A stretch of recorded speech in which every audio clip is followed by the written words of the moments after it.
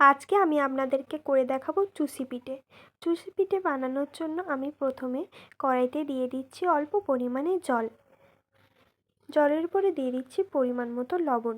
লবণ দিয়ে 2-3 চামচ মতো কর্নফ্লাওয়ার দিয়ে দিচ্ছি। দিয়ে এটা ভালোভাবে মাখিয়ে নেব। এটা একদম নাড়তে নাড়তে শুকনো করে নিতে হবে।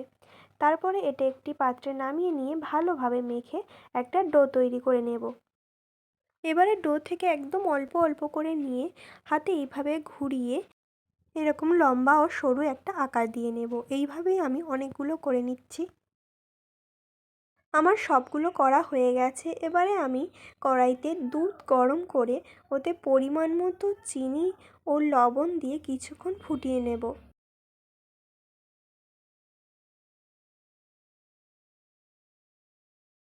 এবারে এতে একটু খেজুর গুড় দিয়ে ভালোভাবে ফুটিয়ে গুড়টা গলিয়ে নেব।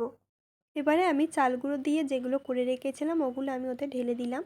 দিয়ে আমি কিছুক্ষণ ফুটিয়ে নেব।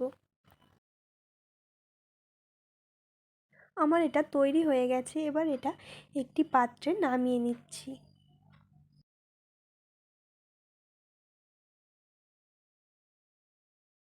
তাহলে আপনাদের এই রেসিপিটা কেমন লাগলো অবশ্যই কমেন্টের মাধ্যমে জানাবেন।